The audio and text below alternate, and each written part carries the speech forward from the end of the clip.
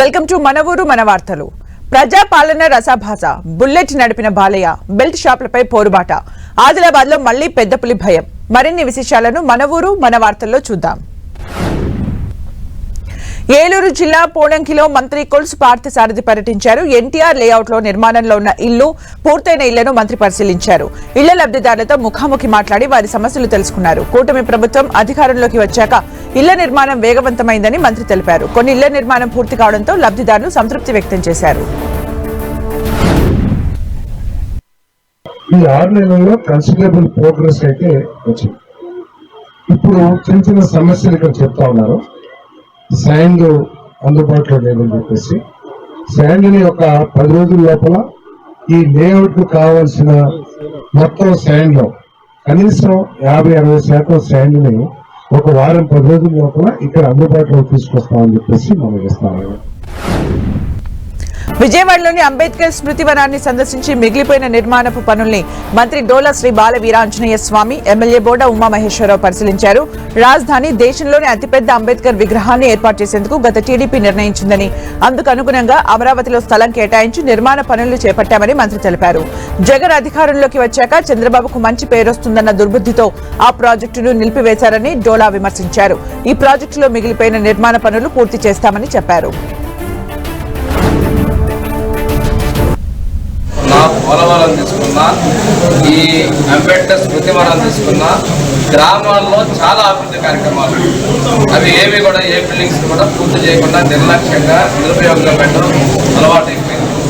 దానిలో భాగంగా అక్కడ నుండి అమరావతి స్మృతి వనాన్ని తీసేసి అవి పూర్తి చేస్తే చంద్రబాబు నాయుడు గారికి పేరు ప్రతిష్టమైనటువంటి ఒక కుట్రకోణంతో దురహంకారంతో ఆ ప్లేస్ నుంచి పశ్చిమ గోదావరి జిల్లా పాలకొల్లు మున్సిపాలిటీలో అభివృద్ధి పనులపై సమీక్ష నిర్వహించారు. మంత్రి నిమ్మల రామానాయుడు 2014-19లో టీడీపీ ప్రభుత్వం కోట్లతో చేపట్టిన అభివృద్ధి పనుల్ని గత వైసీపీ ప్రభుత్వం నిర్లక్ష్యానికి, విధ్వంసానికి గురి చేసిందని విమర్శించారు. చంద్రబాబు సీఎం అయ్యాక తిరిగి ఆ పనుల్ని పూర్తి చేసేలా కూటమి ప్రభుత్వం దృష్టి సారించిందని నిమ్మల తెలిపారు.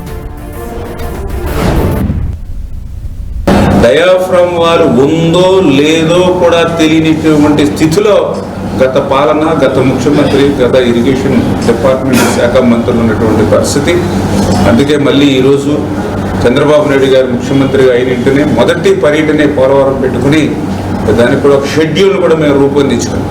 అందులో షెడ్యూల్లో భాగంగానే ఆ డయాఫ్రమ్ వాళ్ళు మళ్ళీ కొత్తగా నిర్మాణం ఏదైతే గత ప్రభుత్వ నిర్వాహకంతో విధ్వంసం గురైనటువంటి డయాఫ్రమ్ వాళ్ళని మళ్ళీ నూతనంగా కొత్తగా నిర్మాణం చేయలేనటువంటి ఆలోచనతో మరి నిర్మాణం చేస్తూ ఉన్నామని అంటే మరి ఈవేళ గత జగన్మోహన్ రెడ్డి కూడా మరి సమాధానం చెప్పాల్సిన అవసరం ఉంది.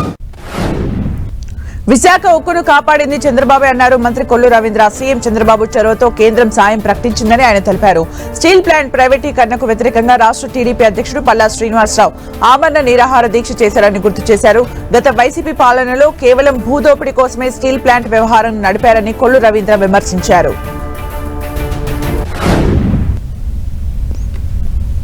14 పబ్లిక్ సంస్థలు ఏదైతే ఉన్నాయో ఆ సంస్థలన్నీ కూడా ఇవాళ వాళ్ళు తీసుకున్నటువంటి విధానానికి విరుద్ధంగా ఫస్ట్ టైం ఈ విశాఖ ఉక్కు కర్మాగారానికి ఇవ్వడం అనేది ఒక చారిత్రాత్మకమైన నిర్ణయం. ఇవాళ మరొకసారి వారికి ధన్యవాదాలు తెలియజేస్తా ఉన్నాను. పశ్చిమ గోదావరి జిల్లా తాడేపల్లిగూడెం మున్సిపల్ కార్యాలయంలో హోటల్స్, రెస్టారెంట్లపై ప్రభుత్వ విప్ ఎమ్మెల్యే బొలిశెట్టి శ్రీనివాస్ అధికారులతో సమీక్ష నిర్వహించారు. ఆహారంలో కల్తీ ఆయిల్, పాలు, మాంసం, టేస్టింగ్ సాల్ట్, కలర్స్ వినియోగిస్తే కఠిన చర్యలు తీసుకోవాలని అధికారుల్ని ఆయన ఆదేశించారు. తాడేపల్లిగూడెంలో హోటల్స్, రెస్టారెంట్స్ లో ఫుడ్ కలర్స్ వాడితే సీజ్ చేస్తామని ఎమ్మెల్యే హెచ్చరించారు. ప్రజల ప్రాణాల్ని కాపాడే బాధ్యత ప్రభుత్వానికి ఉందన్నారు. హోటల్స్ లో కల్తీ వినియోగాన్ని నియంత్రించడానికి ప్రత్యేక టీం ఏర్పాటు చేశామని బొలిశెట్టి తెలిపారు. తాడేపూడెం కాన్స్టిట్యున్సీలో ఎక్కడైనా కల్తీ కానీ, లేకపోతే టేస్టింగ్ సాల్ట్ కానీ, కలర్ కానీ, కల్తీ మాంసం కానీ, కల్తీ పాలు కానీ, కల్తీ నూనె కానీ ఎక్కడున్నా సరే ఆ హోటల్లో సీజ్ చేయండి. లేకపోతే స్ట్రీట్ వెండర్స్ అది వాడినా ఆ షాపుల్లో ఉన్న అన్ని సీజ్ చేయమని చెప్పి అడ్రస్ ఇష్యూ చేశారు. మరి దాని ప్రకారం అందరూ సహకరించండి. మీరు కావాలంటే 10 రూపాయలు రేటు పెంచుకోవాలి తప్ప కల్తీ ఆహారంతో కాంపిటీషన్ పడి రేట్లు తగ్గించుకోవాల్సిన అవసరం లేదు. మీరు 10 రూపాయలు తగ్గిస్తే దానివల్ల లక్షల రూపాయలు పెట్టవలసి అవుతుంది హాస్పిటల్లో. కాబట్టి గమనించి. నెల్లూరు జిల్లా ముత్తుకూరులోని ప్రాథమిక ఆరోగ్య కేంద్రంలో నూతనంగా నిర్మించిన అదనపు భవనాన్ని సర్వేపల్లి ఎమ్మెల్యే సోమిరెడ్డి చంద్రమోహన్ రెడ్డి ప్రారంభించారు. ప్రభుత్వ ప్రాథమిక ఆరోగ్య కేంద్రంలో 50 లక్షలతో అదనపు భవనాన్ని నిర్మించడం జరిగిందన్నారు ఎమ్మెల్యే. సర్వేపల్లి నియోజకవర్గంలోని పీహెచ్సీ, సిహెచ్సీలకు మరిన్ని వసతుల్ని కల్పిస్తామని సోమిరెడ్డి చెప్పారు. వైసీపీ 5 ఏళ్ల పాలనలో వైద్య ఆరోగ్య రంగం కుంటుపడిందని విమర్శించారు. ఇప్పుడు గవర్నమెంట్ చంద్రబాబు నాయుడు గారు ఒక నిర్ణయం తీసుకున్నారు. ఒక్కొక్కరికి ఇళ్ల స్థలం 3 సెంట్లు 18 అంకణాలు, టౌన్లో 2 సెంట్లు అర్బన్ ఏరియాస్లో. అందుకని వీలైనంత వరకు అర్హత లేని వాళ్ళకి ఎవరికి ఇచ్చారో అవన్నీ తొలగించి, ఎవరైతే వైసీపీ నాయకులు ఒక్కొక్కరు 5-6 పెట్టారో వాటన్నిటినీ క్యాన్సిల్ చేసి న్యాయంగా పేదరికంలో ఉండేవాళ్ళు ఏ పార్టీ వాళ్ళైనా సరే మాకు అనవసరం, వాళ్ళకి ఇళ్ల స్థలాలు రివైవ్ చేసి ఇప్పించేదానికి. శ్రీ సత్యసాయి జిల్లా హిందూపూర్ ఎమ్మెల్యే నందమూరి బాలకృష్ణ బుల్లెట్ నడిపి అందరినీ ఆశ్చర్యపరిచారు. రోడ్డు భద్రతా వారోత్సవాల్లో భాగంగా ప్రమాదాల నివారణపై పోలీసులు వాహనదారులకు అవగాహన కార్యక్రమం నిర్వహించారు. జెండా ఊపి కార్యక్రమాన్ని ప్రారంభించారు ఎమ్మెల్యే బాలకృష్ణ. హెల్మెట్ ధరించి బుల్లెట్ ను గురునాథ సర్కిల్ నుంచి ఎన్టీఆర్ కూడలి వరకు నడిపారు ఎమ్మెల్యే బాలకృష్ణ. ప్రతి ఒక్క వాహనదారుడు నిబంధనలు పాటించాలని సూచించారు.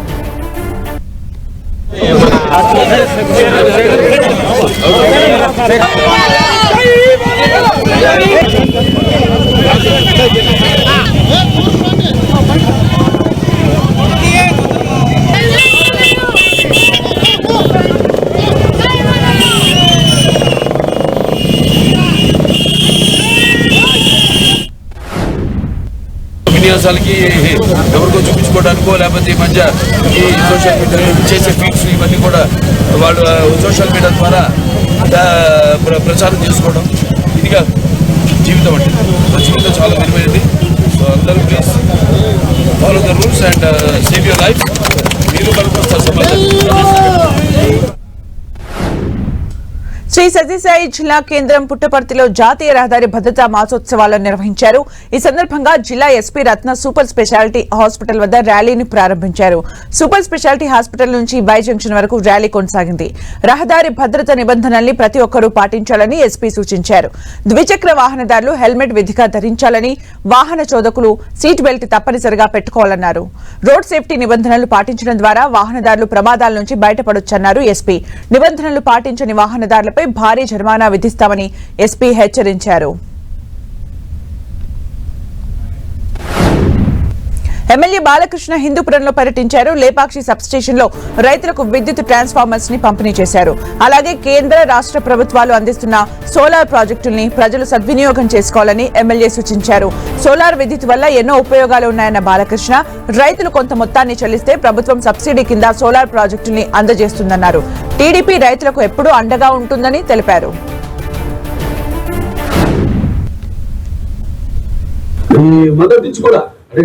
రాష్ట్రాలు కలిసి ఉన్నప్పుడు ఆంధ్ర తెలంగాణ రాష్ట్రాలు అలాగే అవిభక్త రాష్ట్రంగా విడిపోయేందుకు కూడా రైతుల యొక్క సంక్షేమం కోసం అహర్నిశలు పాటుపడిన పార్టీ మన తెలుగుదేశం పార్టీ. అంటే ఏ పంట వేస్తే బాగా పండుతుంది, అలాగే కావాల్సిన ఎరువులు అయితేనేమి, విత్తనాలు అయితేనేమి అన్ని కూడా సబ్సిడీలో ఇవ్వడం, ఇలా ఎన్నో రైతుల అభివృద్ధి కోసం డ్రిప్ ఇరిగేషన్ ఇవన్నీ ఎటువంటి ఓల్డెన్ సంస్కరణ తీసుకొచ్చారు. శ్రీ సత్యసాయి జిల్లా మడకసిరలో ముఖ్యమంత్రి సహాయ నిధి చెక్కుల్ని లబ్ధిదారులకు పంపిణీ చేశారు. ఎమ్మెల్యే ఎంఎస్ రాజు 20 లక్షల విలువ చేసే చెక్కులను 16 మంది లబ్ధిదారులకు పంపిణీ చేశారు. హాస్పిటల్స్ లో చికిత్స పొంది ప్రభుత్వం నిర్దేశించిన సమయం లోపల బిల్లులు అందిస్తే వారికి సీఎం సహాయ నిధి నుంచి సహాయం అందుతుందని ఎమ్మెల్యే తెలిపారు. వైసీపీపై అన్నమయ్య జిల్లా టీడీపీ అధ్యక్షుడు చెమ్మర్తి జగన్మోహన్ రాజు మండిపడ్డారు. వైసీపీ పాలనలో ప్రజా సంక్షేమం, రాష్ట్ర అభివృద్ధిని గాలి కొదిలేశారని విమర్శించారు. శాండ్, ల్యాండ్, వైన్, మైన్ మాఫియాతో కోట్ల రూపాయలు దోచుకున్నారని ఆరోపించారు. కూటమి ప్రభుత్వం అధికారంలోకి వచ్చి 6 నెలలు గడవక ముందే ప్రజా సంక్షేమంతో పాటు రాష్ట్ర అభివృద్ధి పరుగులు పెట్టిస్తున్న ఘనత సీఎం చంద్రబాబుకు దక్కుతుందన్నారు జగన్మోహన్ రాజు.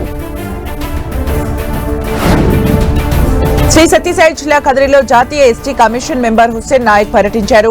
శ్రీమద్ ఖాద్రి లక్ష్మీ నరసింహస్వామి దేవస్థానంలో ప్రత్యేక పూజలు చేశారు. నియోజకవర్గ వ్యాప్తంగా పలు గిరిజన తండాలను పర్యటించి గిరిజనులకు పలు సూచనలు చేశారు. తాము ఎదుర్కొంటున్న సమస్యలపై హుస్సేన్ నాయక్ కు వారు వినతి పత్రం అందించారు. గిరిజనులు ఇంకా వెనుకబడే ఉన్నారని, స్కూల్స్, రోడ్లు, తాగునీరు వంటి సమస్యల్ని వారు ఎదుర్కొంటున్నారని హుస్సేన్ నాయక్ తెలిపారు. వారి సమస్యలు పరిష్కరించేందుకు కృషి చేస్తానన్నారు.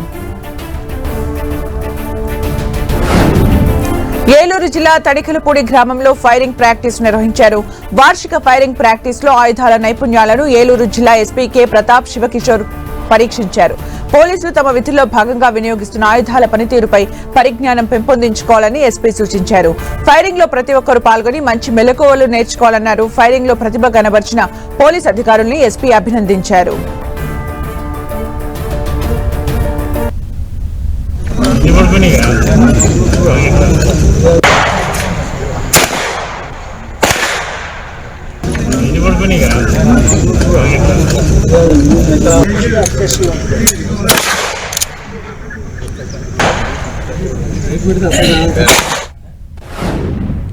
బెల్ట్ షాపులకు వ్యతిరేకంగా మహిళలు పోరుబాటు పట్టారు. ఉమ్మడి నెల్లూరు జిల్లా పెళ్లకూరు మండలం రోసునూరు గ్రామంలో బెల్ట్ షాపులపై మహిళల పోరుబాట కార్యక్రమాన్ని జెడ్పీటీసీ నండం ప్రిస్కిల్లా ప్రారంభించారు. ప్రభుత్వంపై వ్యతిరేకంగా నినాదాలు చేస్తూ గ్రామంలో ర్యాలీ నిర్వహించారు. బెల్ట్ షాపుల వల్ల ఆరోగ్యంతో పాటు కుటుంబాలు ఆర్థికంగా నష్టపోతున్నాయని ప్రిస్కిల్లా చెప్పారు. మరోవైపు పెన్షన్ తప్ప టీడీపీ ప్రకటించిన సూపర్ 6 పథకాలు అమలు చేయడంలో ప్రభుత్వం విఫలమైందని ఆమె విమర్శించారు. నల్గొండలో రైతు ధర్నా కోసం బీఆర్ఎస్ ఏర్పాటు చేసిన ఫ్లెక్సీలను మున్సిపల్ అధికారులు తొలగించారు. అధికారుల తీరును నిరసిస్తూ మున్సిపాలిటీ ఎదుట ఆందోళనకు దిగాయి బీఆర్ఎస్ శ్రేణులు. మున్సిపల్ కార్యాలయంలోకి చొచ్చుకెళ్లి కమిషనర్ కార్యాలయంలో బైఠాయించారు మాజీ ఎమ్మెల్యే భూపాల్ రెడ్డి.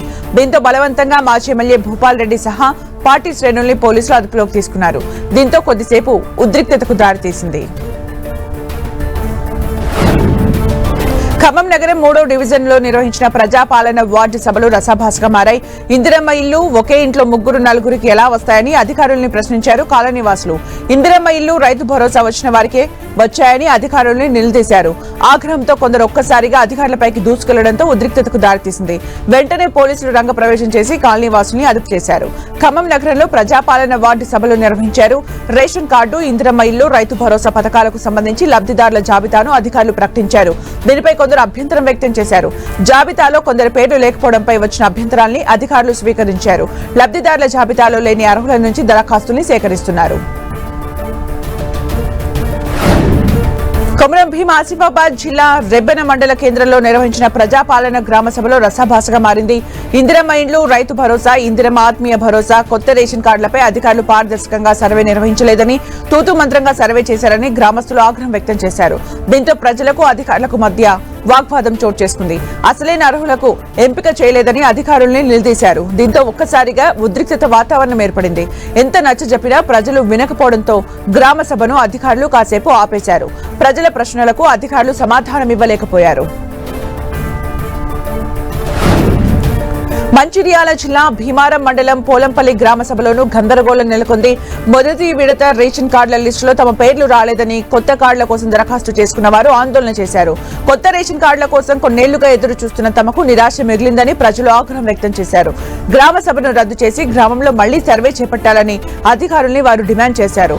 అర్హులైన లబ్ధిదారులకు రేషన్ కార్డులు మంజూరు చేయాలన్నారు.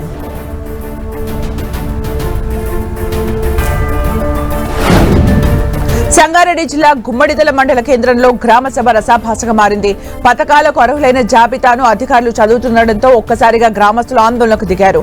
అర్హులకు పథకాలు అందడం లేదని, అనర్హులకే కేటాయిస్తున్నారని ఆగ్రహం వ్యక్తం చేశారు. పంచాయతీ కార్యాలయం ముందు నిరసనకు దిగారు. వెంటనే జాబితాను పునర్పరిశీలించి అర్హులకు పథకాలు అమలయ్యేలా చూడాలని డిమాండ్ చేశారు. చొప్పదండి నియోజకవర్గంలోని బోయినపల్లి మండలం రత్నంపేట గ్రామంలో గ్రామ సభని అడ్డుకున్నారు గ్రామ ప్రజలు. ఏడాది అవుతున్నా తమకింకా రుణమాఫీ కాలేదని, దీనికి ఎవరు బాధ్యత వహిస్తారని గ్రామస్తులు అధికారుల్ని నిలదీశారు.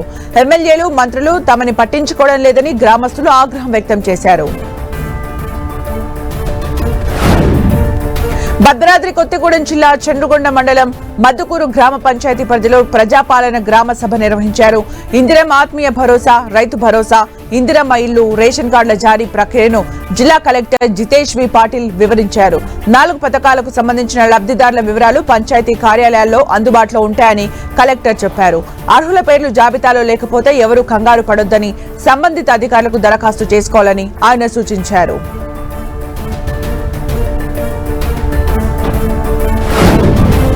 పాల్వంచ మండలంలోని 12 గ్రామ పంచాయతీలు, మున్సిపాలిటీ వార్డుల్లో ప్రజాపాలన గ్రామ సభలు నిర్వహించారు. ఇందిరమ్మ ఇల్లు, రైతు భరోసా, నూతన రేషన్ కార్డులు, ఇందిరమ్మ ఆత్మీయ భరోసా కోసం లబ్ధిదారులను ఎంపిక చేయడం జరుగుతుందని అధికారులు తెలిపారు. జాబితాలో అర్హత ఉన్న లబ్ధిదారుల పేరు రాకపోతే తిరిగి దరఖాస్తు చేసుకోవచ్చని అధికారులు సూచించారు.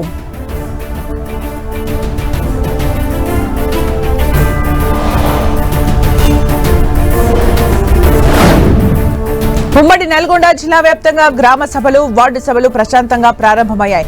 రుణమాఫీ కాకపోవడం, రేషన్ కార్డుల జాబితాలో పేర్లు లేకపోవడంపై పలు చోట్ల గ్రామస్తులు అధికారుల్ని నిలదీశారు. అయితే అధికారులు ఓపికగా సమాధానం చెప్పుకుంటూ గ్రామ సభలు నిర్వహించారు. లబ్ధిదారుల్ని పారదర్శకంగా ఎంపిక చేసేందుకే గ్రామ సభలు నిర్వహిస్తున్నామని, ఎవరూ అనుమానాలు పెట్టుకోవద్దని జిల్లా కలెక్టర్ త్రిపాఠి తెలిపారు.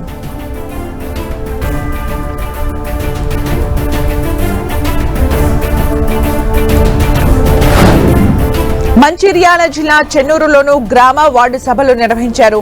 కొత్త రేషన్ కార్డులు, ఇందిరమ్మ ఇళ్ల కోసం గతంలో దరఖాస్తు చేసుకుని వారు దరఖాస్తు చేసుకోవచ్చని అధికారులు సూచించారు. పథకాల అమలు ప్రక్రియలో భాగంగా ఈ నెల 25 వరకు అన్ని పంచాయతీల్లో గ్రామ సభలు, నగరాలు, పట్టణాల్లో వార్డు సభల్ని నిర్వహిస్తున్నారు.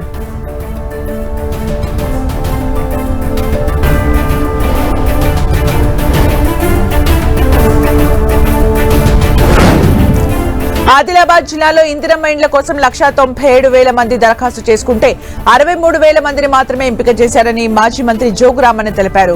మిగిలిన వారిని జాబితా నుంచి ఎందుకు తీసేశారో అధికారులను, కాంగ్రెస్ నేతలను ప్రజలు నిలదీయాలన్నారు. కాంగ్రెస్ ప్రభుత్వం హామీలు నెరవేర్చకుండా కాలయాపన చేస్తోందని ఆయన మండిపడ్డారు. స్థానిక సంస్థల ఎన్నికల్లో కాంగ్రెస్ ను ఓడిస్తే తప్ప ప్రభుత్వానికి బుద్ధి రాదన్నారు జోగురామన్న.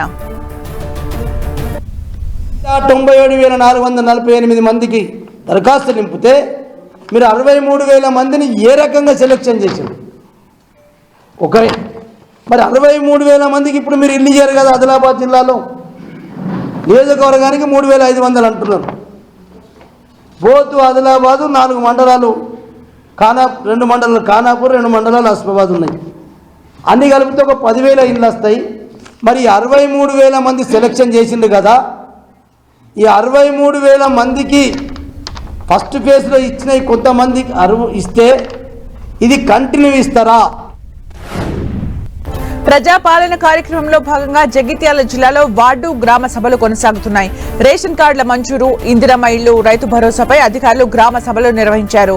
జగిత్యాల పట్టణంలో నిర్వహించిన వార్డు సభలో ఎమ్మెల్సీ టి జీవన్ రెడ్డి హాజరయ్యారు. కాంగ్రెస్ ప్రభుత్వం ఏర్పడిన తర్వాత పారదర్శకంగా లబ్ధిదారుల ఎంపిక జరుగుతోందని ఆయన చెప్పారు.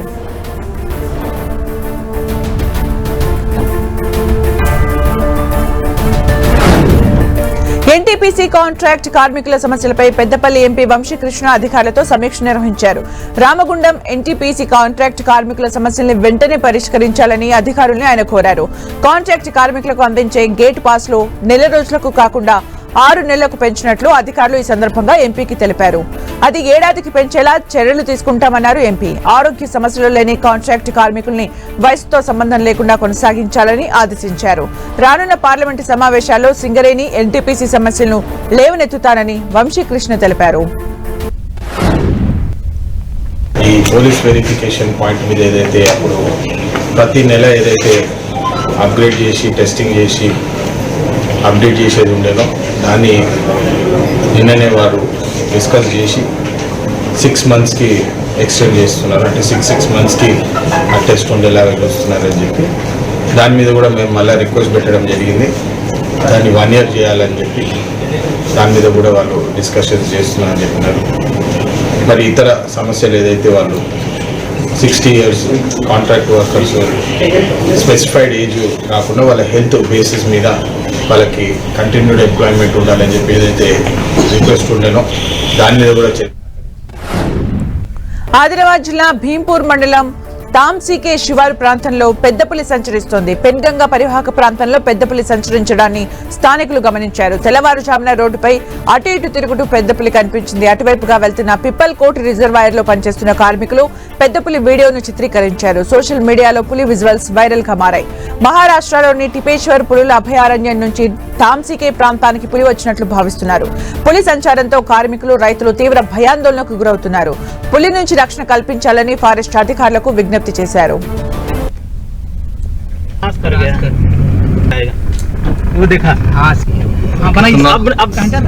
अरे भागेगा ना, वो 2 साल का है अभी।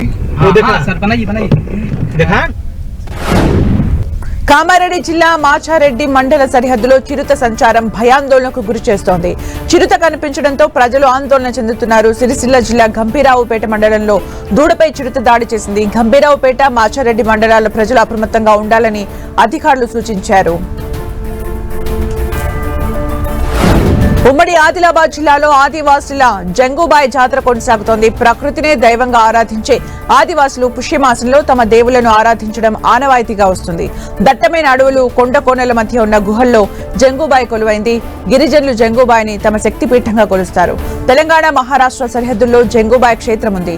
ఆదిలాబాద్ జిల్లా గాదిగూడ మండలం కోటపరంతోలి, శంకర్లొద్ది, కొమరం భీం జిల్లా కెరమెరి మండలాలతో పాటు మహారాష్ట్రలోని జీవిత నియోజకవర్గం సరిహద్దులో ఈ క్షేత్రం ఉంది. చుట్టూ ఎత్తైన కొండలు, 2 రాష్ట్రాలని చీలుస్తూ ప్రవహిస్తున్న నది, అపర వృక్ష సంపద, అడవి జంతువులు కనువిందు చేస్తాయి. గృహలో జంగుబాయ్కి, నదికి యువతల వైపు మైసమ్మ తల్లికి భక్తులు పూజలు జరుపుతారు. కోరిన కోరికలు తీర్చే కొంగు బంగారం కావడంతో ఏటా భక్తుల సంఖ్య పెరుగుతూ వస్తుంది. తెలంగాణ, ఆంధ్రప్రదేశ్, మహారాష్ట్ర, ఛత్తీస్గఢ్, మధ్యప్రదేశ్, జార్ఖండ్, ఉత్తరప్రదేశ్ రాష్ట్రాల నుంచి అమ్మవారిని దర్శించుకునేందుకు భక్తులు ఇక్కడికి వస్తుంటారు. పుష్యమాసంలో ఆదివాసుల జంగుబాయ్ దీక్ష తీసుకుని అమ్మవారిని ఆరాధిస్తుంటారు. దీక్షలో ఉన్నంత కాలం పాదరక్షలు ధరించారు. మద్యానికి దూరంగా ఉంటూ నెల రోజుల పాటు నేలపైనే నిద్రిస్తారు. అత్యంత నియమ నిష్ఠలతో అమ్మవారికి పూజలు చేస్తారు.